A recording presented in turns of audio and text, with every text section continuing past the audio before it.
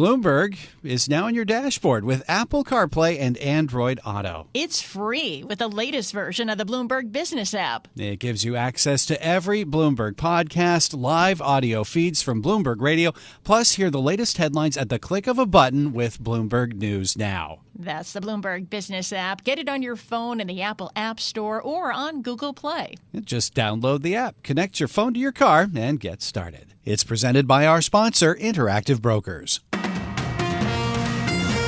Good morning, I'm Nathan Hager. And I'm Karen Moscow. Here are the stories we're following today.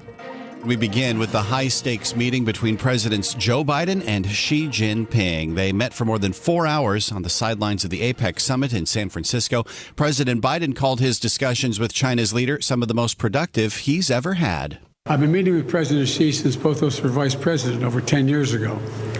Our meetings have always been candid and straightforward. We haven't always agreed, but they've been straightforward. And today, build on the groundwork we laid over the past several months of high-level diplomacy between our teams. We've made some important progress, I believe. And President Biden's words were echoed by President Xi. China is ready to be a partner and friend of the United States. The fundamental principles that we follow in handling China-U.S. relations are mutual respect, peaceful coexistence, and win-win cooperation. China's president spoke there through an interpreter, but after the gathering, President Biden was asked whether he still considers China's leader a dictator. Well, look, he is. I mean, he's a dictator in the sense that he is a guy who runs a country that is a communist country that's based on a form of government totally different than ours.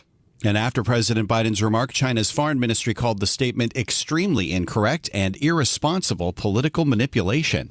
Well, Nathan, as for the actual meeting, both Biden and Xi Jinping say they reached a number of agreements. Bloomberg's Ed Baxter has that part of the story. As well as fentanyl, high on President Biden's list is opening communication between the country's militaries. We're reassuming military-to-military contacts, direct contacts.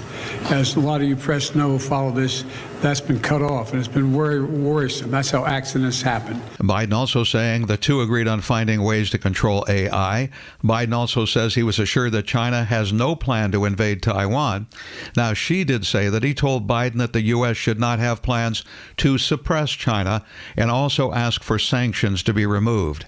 In San Francisco, I'm Ed Baxter, Bloomberg Radio. Ed, thank you. Some of Wall Street's elite attended dinner with Xi Jinping. BlackRock's Larry Fink and Stephen Schwartzman of Blackstone were among the top executives seated at the Chinese leader's table. According to a program seen by Bloomberg News, other big names in attendance were Apple's Tim Cook and Bridgewater Associates' Ray Dalio. And Tesla says Elon Musk also met with President Xi yesterday. Well, Nathan, some major developments out of Washington to avoid a government shutdown. In a late-night vote, the Senate overwhelmingly approved the House's short-term spending bill. Bloomberg's Amy Morris reports from Washington. President Biden is expected to sign the bill that will extend government funding at current levels through two deadlines, one in mid-January, the other in early February. But the bill did not include aid for Israel nor Ukraine. Senate Majority Leader Chuck Schumer says that will be lawmakers' next priority after the holiday break. Both sides genuinely care about approving aid to Israel and Ukraine and helping innocent civilians in Gaza. So I hope we can come to an agreement, even if neither side gets everything they insist on. And now the risk of partial government shutdown moves to January as House Speaker Johnson faces criticism from within his own party because he did not include deep spending cuts or changes to immigration policies. In Washington, Amy Morris, Bloomberg Radio. All right, Amy, thank you. We now turn to the latest developments in the war in the Middle East. The Israeli military says it found a Hamas command center, weapons, and technological assets at the Al-Shifa hospital in Gaza City. Middle Eastern countries, including Jordan and Turkey, have condemned the raid. Israeli Prime Minister Benjamin Netanyahu, speaking through an interpreter, says he makes no apologies for sending troops in. We were told that we would not reach the outskirts of Gaza City. We arrived. We were told that we won't enter Shifa. We entered. And in this spirit, we say a simple thing. There is no place in Gaza that we will not reach. Prime Minister Netanyahu's comments come as the Washington Post reports discussions are underway on a potential deal that would see Hamas free 50 women and children hostages in exchange for an extended pause in fighting and the release of some Palestinians held in Israeli prisons. Well, Nathan, we turn to the markets now, and shares of Cisco plunging. The drop coming after it gave a disappointing forecast. We get more from Bloomberg's Doug Krisner. CEO Chuck Robbins is trying to reduce Cisco's dependency on one-time sales of equipment by pushing deeper into software and services such as security. But the transition isn't complete enough to cushion Cisco from smaller corporate budgets. And the company is now projecting the weak environment will linger because customers are taking a break from new orders to install gear they've already received. In New York, I'm Doug Krisner, Bloomberg Radio. All right, Doug, thanks. And Cisco shares are down nearly 11% in the pre-market. Earnings continue this morning with the nation's biggest retailer reporting. Get a preview of that from Bloomberg's Tom Busby. Walmart's expected to report that sales growth slowed to 4% last quarter. That's less than half the pace from just a year ago as consumers pull back on their discretionary spending. But sales of food and healthcare products should be resilient and outpace demand for that general merchandise. Adjusted earnings per share estimated to be $1.52, total revenue of $159.13 billion. Tom Busby, Bloomberg Radio. All right, Tom, thanks. Well, in Europe, shares of Burberry are down almost 9%. The UK luxury retailer is warning this year's revenue target may be out of reach after sales barely grew in the most recent quarter. And Karen, we have a big deal for chocolate lovers this morning. U.S. candy company Mars has agreed to buy the UK's Hotel Chocolat Group for more than $660 million. That price tag represents a 170% premium to Hotel Chocolat's closing price yesterday. All right, Nathan, thanks. It's time now for a look at some of the other stories making news around the world. For that, we're joined by Bloomberg's Amy Morris. Amy, good morning. Good morning, Karen. U.S. Capitol Police officers say one person was arrested following protests outside Democratic National Convention headquarters in Washington, D.C. as part of a pro-Palestinian rally. Protesters got into a shoving match with Capitol Police officers. That arrest being made for assault. 6 Capitol officers also suffered minor injuries. Pepper spray was used on protesters, and DNC members were evacuated.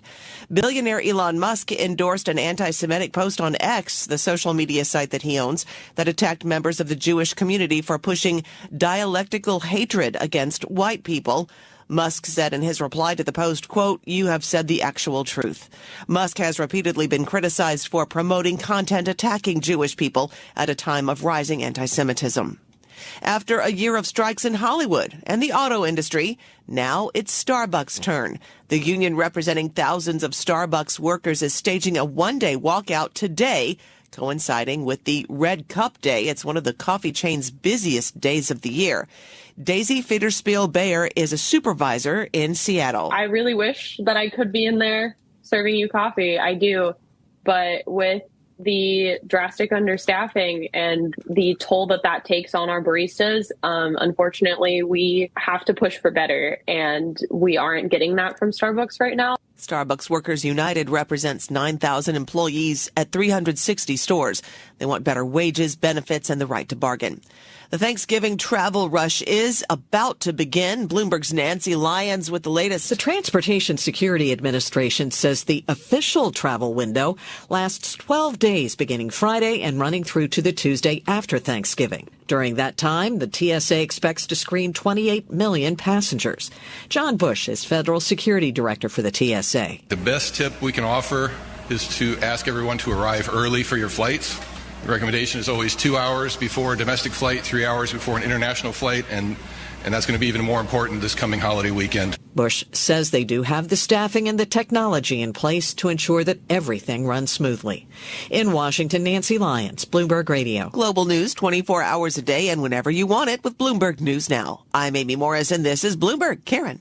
Amy, thank you. Well, we do bring you news throughout the day right here on Bloomberg Radio. But now, as Amy said, you can get the latest news on demand whenever you want it. Subscribe to Bloomberg News Now to get the latest headlines at the click of a button. Get informed on your schedule. You can listen and subscribe to Bloomberg News Now on the Bloomberg Business app, Bloomberg.com, plus Apple, Spotify, and anywhere else you get your podcasts. Time now for the Bloomberg Sports Update. Here's John Stashower. John. Karen, should be a good Thursday night game to kick off Week 11 in the NFL. It's an AFC North battle between the Bengals and Ravens in Baltimore. Both teams had 4-game winning streaks come to an end this past Sunday, losing right at the end of their game. Cincinnati beaten by Houston, and the Ravens blew a 2-touchdown lead and lost to Cleveland. The Baltimore quarterback is Lamar Jackson. Every game for us is a must win for us. Not just because it's in a division game. But we definitely, I believe our team is definitely a lot hungrier just from what happened Sunday in a division loss in a close game. We definitely hungry as well. So the Cleveland Browns had that big win in Baltimore, led by their quarterback, Deshaun Watson. He was 14-14 in the second half. He battled an ankle injury, and yesterday it was learned that his season is over because of a fractured shoulder. He needs surgery. He's had shoulder problems before. Justin Fields has been out 3 games with a thumb injury in Chicago. He's expected to return on Sunday. NBA and Philadelphia battle in the East, and the Celtics beat the Sixers 117-107. Jason Tatum led the way, 29 points, 8 rebounds, 6 assists. The Celtics are 9-2. The Sixers were 8-1. They've now lost their last 2. Milwaukee beat Toronto for the new buck. Damian Lillard, 37 points, 13 assists. The Wizards' struggles continue. A home loss to Dallas, 130-117. The Mavs are 9-3. The Wizards are 2-9. The Knicks but won by 2 in Atlanta. John Stashower, Bloomberg Sports. From coast to coast, from New York to San Francisco, Boston to Washington, D.C., nationwide on SiriusXM, the Bloomberg Business app, and Bloomberg.com. This is Bloomberg Daybreak. Good morning. I'm Nathan Hager. We've made some important progress. We heard those words from President Biden after his first meeting in more than a year with the leader of the People's Republic of China, Xi Jinping. The president says the two leaders are restoring military-to-military communications, and they plan to keep talking at the highest levels. The United States will continue to compete vigorously with the PRC, but will manage that competition responsibly so it doesn't veer into conflict or accidental conflict. And that was President Biden after his more than 4-hour sit-down with China's leader on the sidelines of the APEC summit in San Francisco. And joining us with more from Singapore is Bloomberg News managing editor Derek Wallbank. Derek, it's good to have you back with us this morning. Going into these talks, the White House said just talking would be a deliverable. What kind of deliverables can we say were gleaned from this gathering between Presidents Biden and Xi? Well, Nathan, they certainly talked. And it's funny because in that relationship here, we've seen ebbs and flows between real static, real problems, and times when it has seemed maybe a little bit sunnier, maybe a little bit more placid. I'd borrow an observation that Singapore's foreign minister made last week at the Bloomberg New Economy Forum here in Singapore, which was that you shouldn't on U.S.-China relations confuse weather with climate.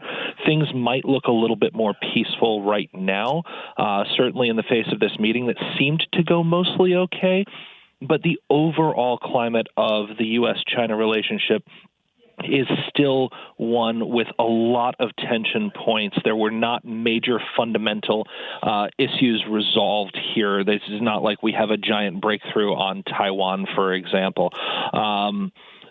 So weather a little bit nicer, climate overall still very much progressing in the ways that it was. Sticking with the weather analogy, I guess maybe one dark cloud in that otherwise sunny gathering could be that question that the president received from a reporter when asked whether he still considers China's leader a dictator, and he basically said yes. He did. He said emphatically yes.